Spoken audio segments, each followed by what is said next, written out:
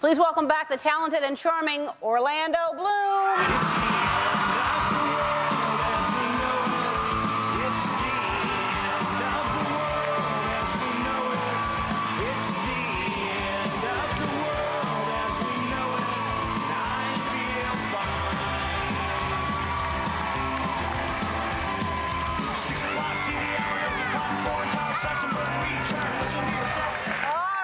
Good to have you back.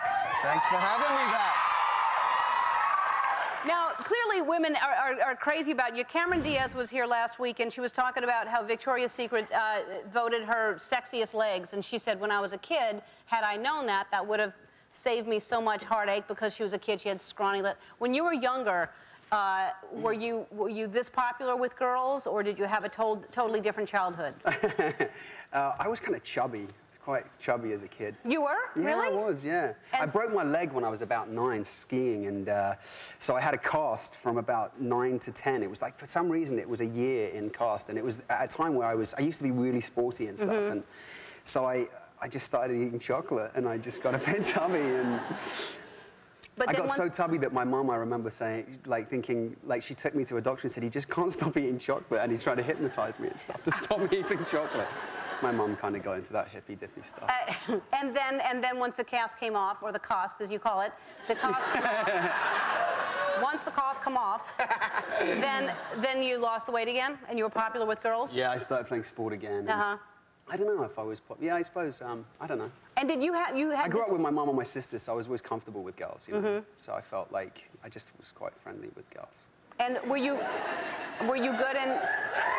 Why? What's that face? I don't know. I don't know. Were you popular? Like, were you good in school? Did you have good grades? Did you study hard? Yeah, I worked really hard at school. I mean, I was mildly dyslexic, not badly, but enough that it was a good excuse to pretend that like I couldn't do work at school and just be looking out the window. But actually, no, I worked really hard to get all my exams. I took extra classes for stuff because I had a really great teacher who explained to me that it didn't make me stupid, you know, and I didn't ever feel stupid. It wasn't like, dyslexia isn't something that you have to kind of be afraid of, you know. And once I was really explained that, because I was smart, you know, and actually my IQ was really high when I got tested, because they test your IQ and then they test you for different things. And so I had extra classes to help me with it, and I did really well at school at the end. It frustrates you, though. I think a lot of kids have ADD or dyslexia, and it does make you feel like you're not smart. It's got nothing to do with intelligence. No, absolutely. It's really it's just, and thankfully I found acting, and I was always really creative at school, and I was encouraged to embrace that side of it. I think creativity is massively important for kids. It is. You know, it's like we send our kids to, you know, I mean, I don't have them yet, but like I'm going to make sure that they have access to, you know, any kind of art classes, whatever it is, because it's you know, you can go so far with that, you know. It's so necessary, and they're trying to cut all that in school right now. They're trying to cut costs in so many. It's crazy. It's kids. Yeah. And you, like you said you're kids. You don't have kids right now, but soon you'll plan on having kids. Yeah, definitely. How soon? Why, you want some? Sure.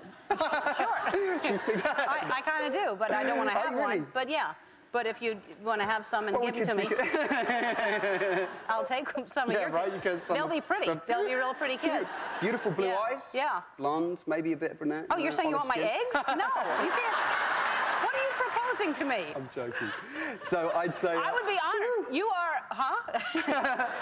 Did you, and you just found this out, we told you backstage, he's the most Googled